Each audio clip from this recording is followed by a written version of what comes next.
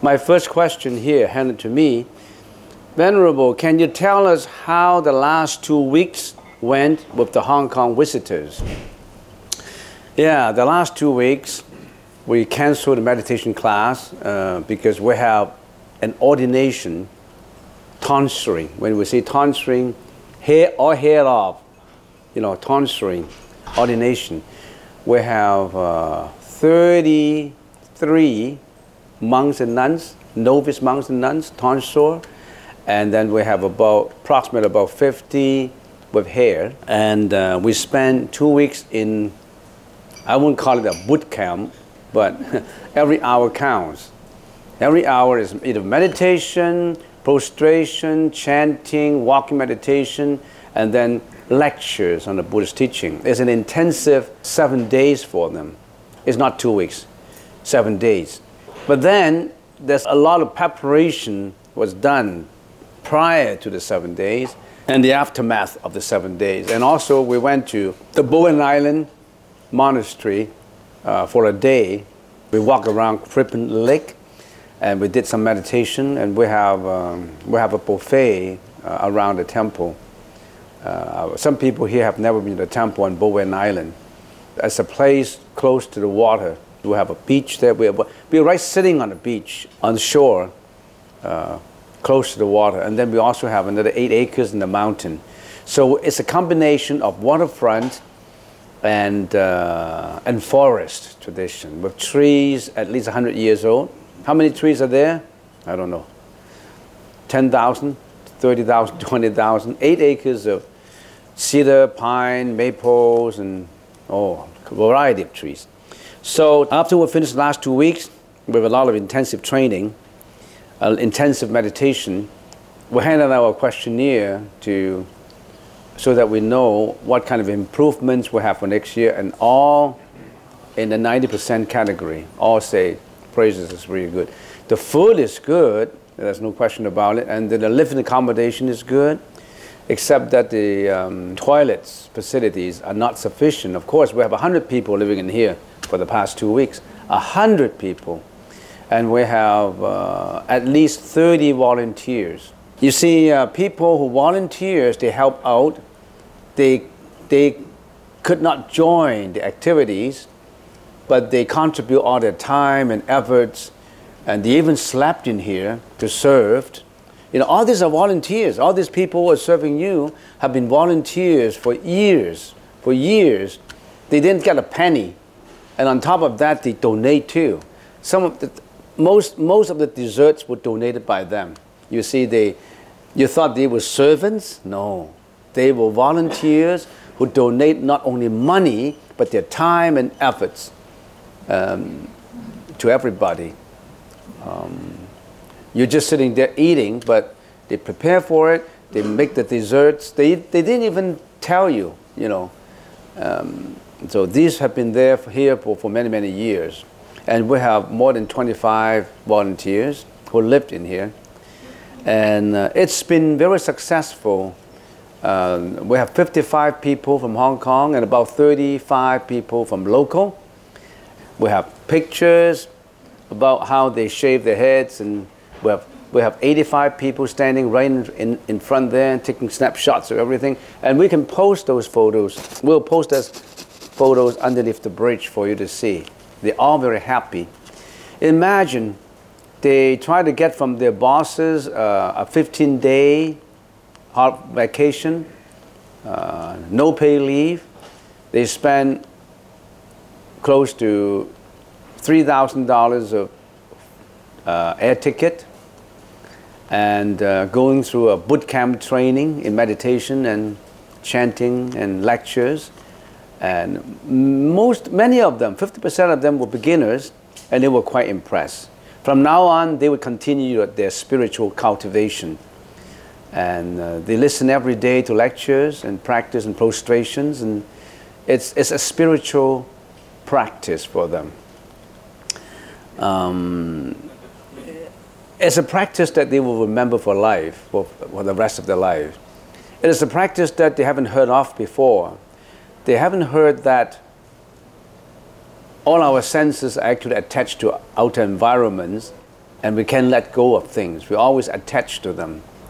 And most of them, I would say 90% of them, realize their own bad habits. Their bad habits in housekeeping, for example. You know, some of these people, they were spoiled by their families. When they woke up, they didn't even know how to fold their bed sheets. You just went away, and they accumulated biscuits and chocolates and put in their room, and it gets smells and stinky. But if they live with people, they have to be warned. Every day you have to do your bed. Every day you have to clean up your room. Every day you have to care about how you use the washroom. You know how people use the washrooms? Do you know bad habits of using washrooms? They don't care about the cleanliness of the washrooms. They thought when they get into a washroom, of course they do their big thing, and they don't want to flush it. People are lining up behind when they do their big thing. All the big things are still in the toilet, and they clean their hands, and only when they go out, they flush away their big things. But I said, no, that's not the way, because the other people, when they enter the room, they could smell your big things. So once you deposit those big things in, let them go, just as you let go. Let them go. Let them get out of the toilet. Don't let even the smell left. Not to say the material, not even the fragrance left. So let go. You know, now you see the magic of letting go, right? Not only in your personality, in everything you do, in your daily life, you've got to let go. When you're at home now, your brothers and sisters are lining up, don't let them smell your big thing. So, once they wash their hands and clean up their teeth, they splash the water all over the place, even on the toilet seat, surrounding it. The next guy comes in, oh, it's all water, all wet. So they don't care about other people.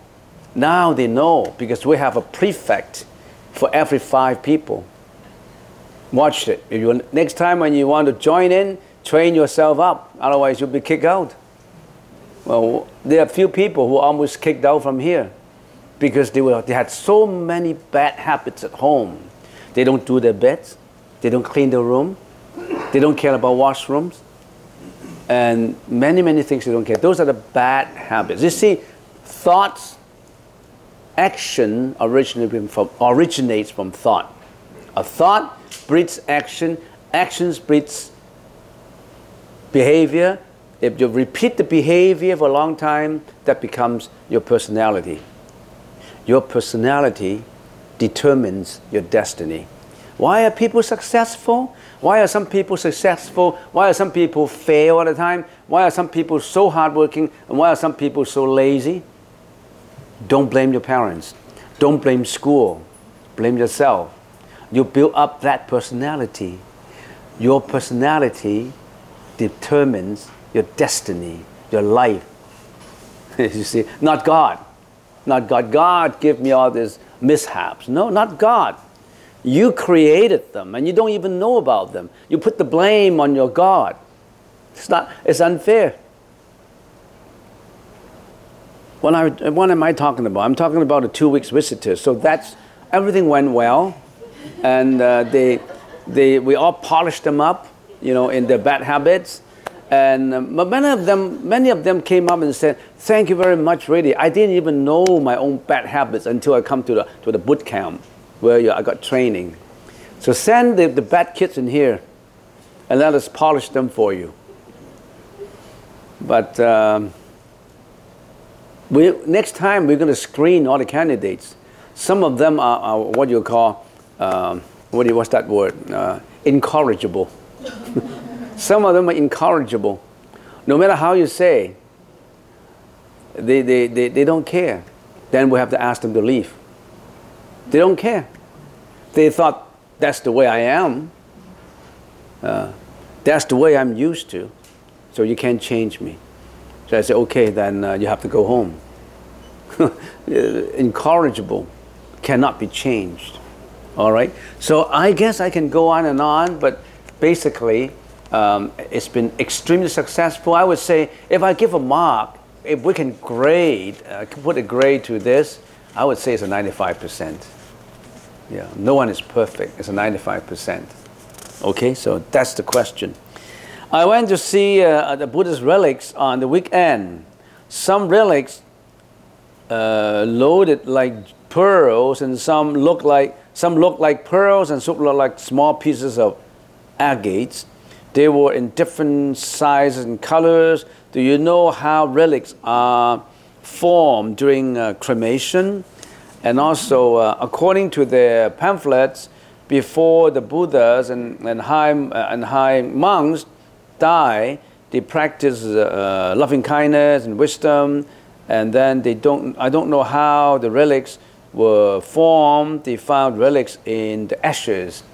So when the body of a high monk, when the body of a saint was cremated, and there are some like diamond shaped agates or pearls left in the ashes, and it's not proven scientifically, but it has been written in sutras and written in commentaries of high monks that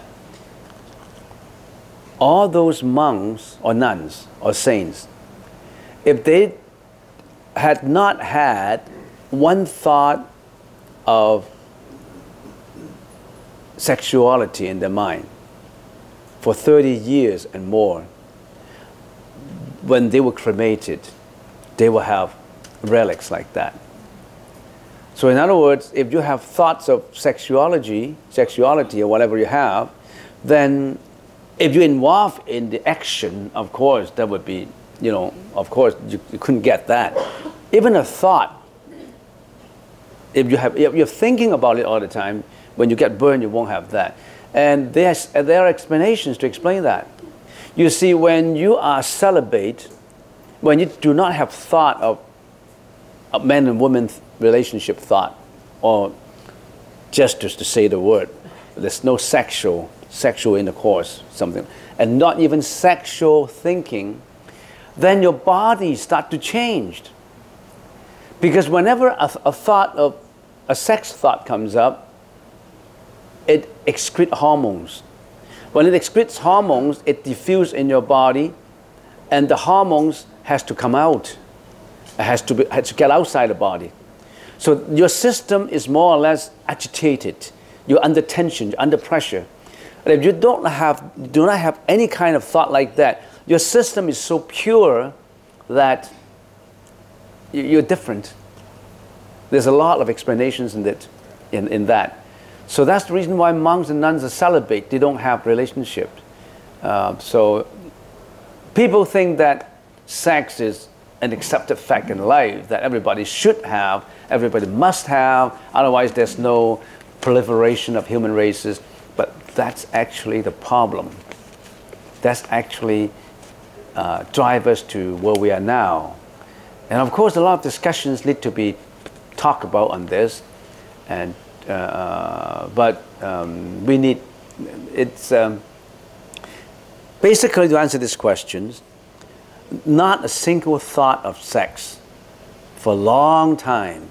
The body inside is different from an average person's body. The system is all different. Then when it's cremated, then there are that kind of things left in there. Your imagination could be, maybe those are the hormones that should have been produced had you been doing that, but it's now that deposit in there. It will be different. Actually, that's our problem. We are in the world of desires. The world of desires drive us. We have the karma behind, drive us to do the man and woman relationship. So in other words, if you are in a high intelligence level, like the next tier up, Rupa Dhatu, there's no such thing. They still have material left, in that kind of living conditions. There are other humans, not just us. There are humans in other planets, in other remote places that we can't even imagine. But the Buddha said there are other existences. That kind of existence far superior those existences who had desire of sex. Those living beings who have desire of sex are the lowest strata level. And there are beings in the middle where they don't have that relationship, but they still attach to material. So there's no man relationship, gender. There's no gender in that category. You think a gender, it's normal, but it hasn't been. Well, we need a lot of talk on that. It's very difficult to convince people on that because you've never studied Buddhism. You've never studied cosmology, what the Buddha talked about in different levels of existence. There are also existences where even material is too coarse, too unacceptable. Even material is a burden. In there, the highest joy is where there's only consciousness left. And even consciousness left is not the ultimate. You have to go beyond consciousness. That's the nirvana level, which is the Buddha level. Right? Okay? So to keep it short, that's the only thing I can tell you. Okay? It seems to be Aladdin and the Lamb kind of stories to you. Because you've been so much used to material, you've been so much used to sex, you've been so much used to pursue for materials, for fame, for reputation, for money, for ego. Your karma pull you to where you are. You were born in prison. How do you know the freedom outside? If a saint walked into a prison that you've been born in there, you don't even know outside is freedom. If he told you, the saint told you, look, Sonny, that is a lot more freedom than prison. You won't believe it. Like if a frog is living in a well since birth, and someone told the frog, hey, Froggy, get out from that well. You know how big the world is? Oh, I know how big the world is. That little round thing in the sky. That's the world. He could only see the sky as one round opening of the well. He couldn't see the rest. Whereas you're looking down and say, hey, there's more. He won't believe you. He never had a chance to go out there. He was born in there like us. If the Buddha said, look, this is not the place for you. Your karma pull you down in here. You're restricted by it. You've been confined by it. You won't believe it. You won't believe it. Next question. What are the 3 pure meats and the 5 pure meats to practice before becoming a vegetarian? The 3 pure meats, if you see someone slaughtering, you don't eat the meat. You see someone slaughtering the cow, you don't eat the meat of that cow. If you heard the struggling and the groaning and the suffering of that animal being killed, you don't eat that animal's meat. If that animal is slaughtered particularly for you, you don't eat the meat.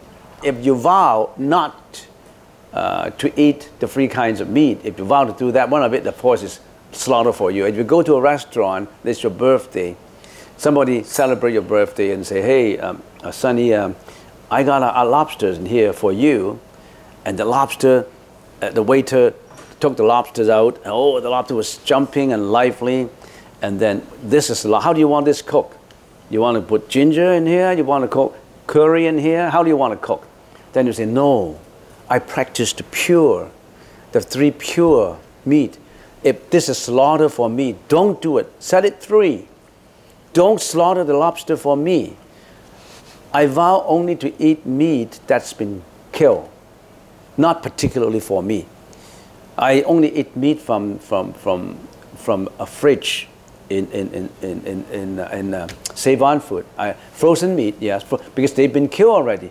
Don't kill it for me. So particularly killed for you, you don't eat meat, don't eat it. You saw it being killed, struggling, and you know how cows are killed? Get a look at the slaughterhouses in Google. How they were brutally killed, how they were still struggling and blood coming out all over the place, and the bowel come out and all that. You won't eat. If you have you visited, have you ever anybody here visited slaughterhouses before? I worked in one. You work in one. How do you feel now? Well, I feel better. I don't eat. Huh? I don't eat meat. You don't eat meat there. Yeah. So if you visit slaughterhouses, you won't do it. Like you won't eat meat again. Wow, you can Google now and see how they get killed, how pigs and chickens and they won't. And also, if you heard them crying, you don't eat the meat. Okay. As far as the 5 pure meat is concerned, if the animal is dead for a few days, you don't eat it. In the old days, you Google into the 5 pure meats. There's 2 sayings on it. This kind of definition you can easily get from Google. The 5 pure meats. Okay. Venerable, please tell us about the recent retreat hosted by the temple for visitors coming from Hong Kong. Please advise on what you hope the people learn and experience. All these people who visited for the last 2 weeks, they really have learned a lot, and many of them started to change their bad habits. Many of them becomes more cooperative, and many of them becomes more spiritual. They practice loving kindness. The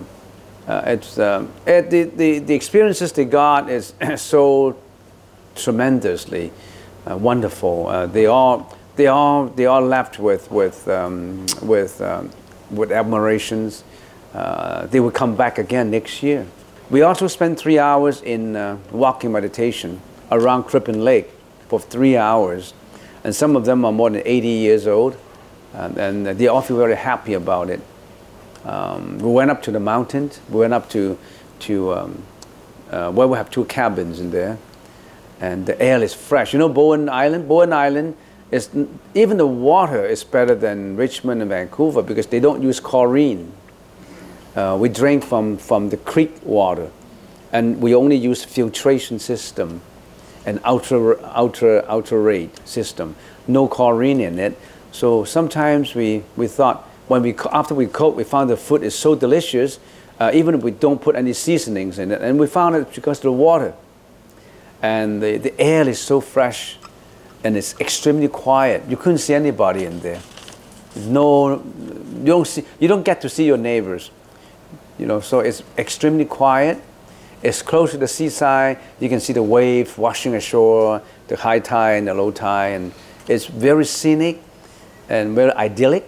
You know, it's really nice. Next question.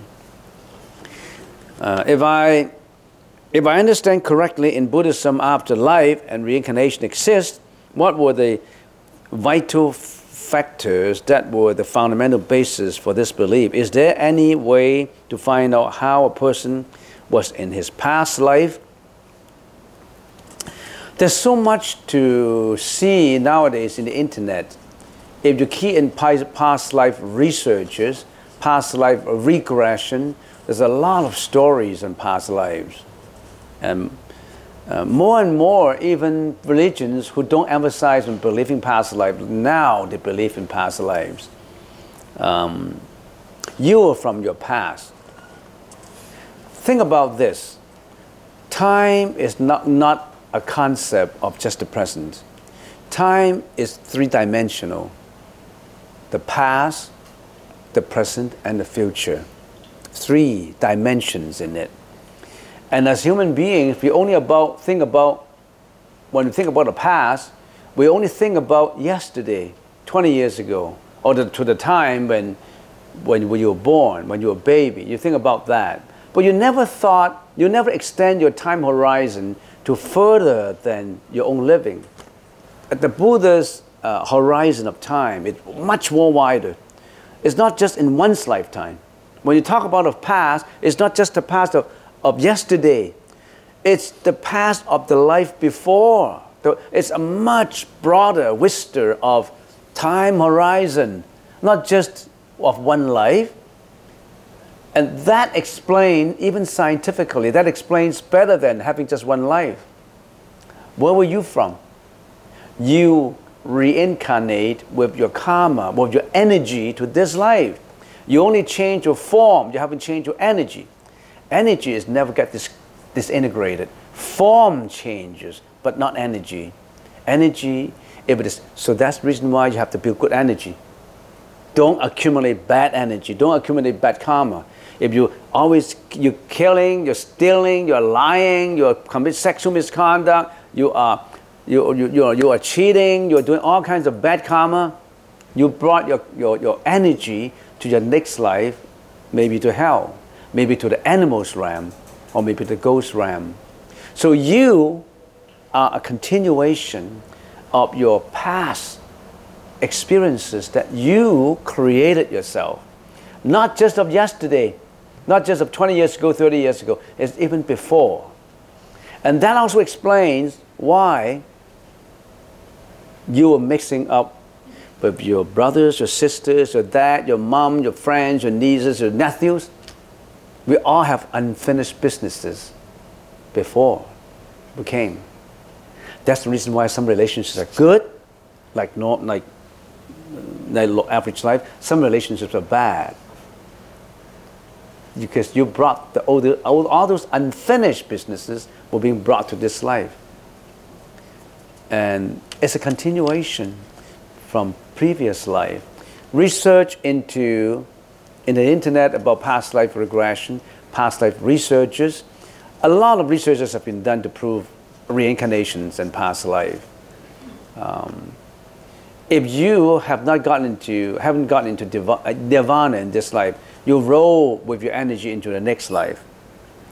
How is the next life going to be? Nothing to do with God. It's you. What have you built for yourself in this life? What have you built for yourself? What have you accumulated for yourself? What have you accumulated up to now not only affects your future life, it also affects your tomorrow. Because some effects are immediate, some effects are afterlife. If the karma is so strong, you have your bad effect tomorrow. So everything is causality, cause and effect. Be mindful on your causes. Don't build up bad causes. Change your lifestyle. If you have a lifestyle of addiction, a lifestyle of sensual pleasure seeking, a lifestyle of egoism, a lifestyle of Epicureanism, a lifestyle of only caring for yourself and not for others, of hurting others, you'll have the effect pretty soon coming up. You can't change yesterday, can you? You have already done it. Can you change yesterday? Can you go back to yesterday and change it? No. You can't change your past karma because you've done it. But you can change now. Now. Do it now. Do it. Do you see that? Do it now. Why are you procrastinating? You're still getting onto the bad addiction. You're still getting onto the bad habits. You don't know about it. Change it now. For your own sake. Not for God, for your own sake. Change it now. Not for your mom and dad. You only agonize your mom and dad because of your bad experiences, but you agonize yourself more. So I've been talking for too long. So what a person was in his past life, all our different faces would tell what your past lives were.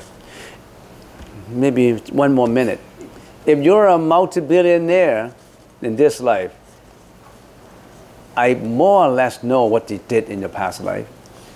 You have been a philanthropist. You have been giving out a lot. You like to help. You like to give out. You have $5 million and you like to give out all of them. Not a penny left for you, but in this life, you're going to be, I don't know, multi-billion dollars. You earned your own interest. Imagine if you donated $5 million 100 years ago, if you add up the interest, how much you got? A 6% for $5 million for 100 years ago, and you add it up. How much is that now? It's Well, I'm just simplifying what I said by simple mathematics. If you donated $10, for example, 1 million years ago, what would that become? Giving inflation. But that's not a practical example. Sometimes you have deflation. But anyway, that's what it is. Watch yourself. Last question. Can I learn meditation from books? If you really blindly believe in books, it's better to throw away the books. Can I learn meditation from books? Do you think that only books can help you? Some people say, I get a lot from books, from a lot of books surrounding. Some people just buy books. They buy one book and they flip a few pages and they put it on the shelf and buy another one and flip a few pages and spend about half an hour and put it on the shelf. They are a book accumulator. They never finish the whole book. And when they're reading, they're so casual in the reading that in places they don't understand, they just don't care. So if you think that you can, if you get enlightened only by books surrounding you, your librarian is already a Buddha. He was surrounded by books every day. If the amount of books determine how enlightened you are, you better be a librarian, because every day he saw books. It's not books. It's your experience plus what you know. You put into practice. Books is only theory. In meditation, you have to put your theory into practice. You have to walk the board, walk the walk. You have to walk it out step by step and do it. Not just reading in a book and seeing a videotape. You think you can get enlightened by looking at a videotape? No. You have to practice. You're doing it right now. You're doing it right and you're still looking for elsewhere. It's always like that. There was a nun many, many years ago, maybe a few hundred years ago. After this story, I consider myself done. There was a nun in the Tang Dynasty, and she was in her temple with her master, with a few nuns. And she was not satisfied with the meditation she learned from her teacher, from her guru. And she wanted to go everywhere to look for gurus, because she thought that her own master, her own teacher was not enough for her. So was looking everywhere. And after 30 years, that this is time I should go back to my old temple. So she returned home, and then she returned home, and she was approaching her own old temple, family temple. And then all these cherry blossom trees were so high already after 30 years. And they were blossoming, all these cherry blossom blossoming. And she was walking underneath it, and she smelled the fragrance of it. And all of a sudden, she got enlightened. And she wrote a poem. And I have to tell you, I have to say in Chinese before I can translate it. 到處尋春不見春. Okay, I have been searching for spring everywhere. Searching for spring is searching for nirvana, searching for enlightenment. I've been searching for spring everywhere. 望係踏破嶺頭雲. My sandals were broken. Many, many pairs of my sandals have been broken because of my walking, my visiting, been broken already. 歸來偶過梅花下. Now I'm returning to my family temple and I'm passing the grove of cherry blossom. 春在枝頭20分. Spring is already here. Spring has been here all the time. Why did I spend the last 30 years looking for spring? Spring is right here. Why do you still look for it? Spring is right in your heart. Why are you looking for somewhere? Right in your heart, right in your mind. Don't look for it anywhere. Spring is right here. You don't have to look anywhere else.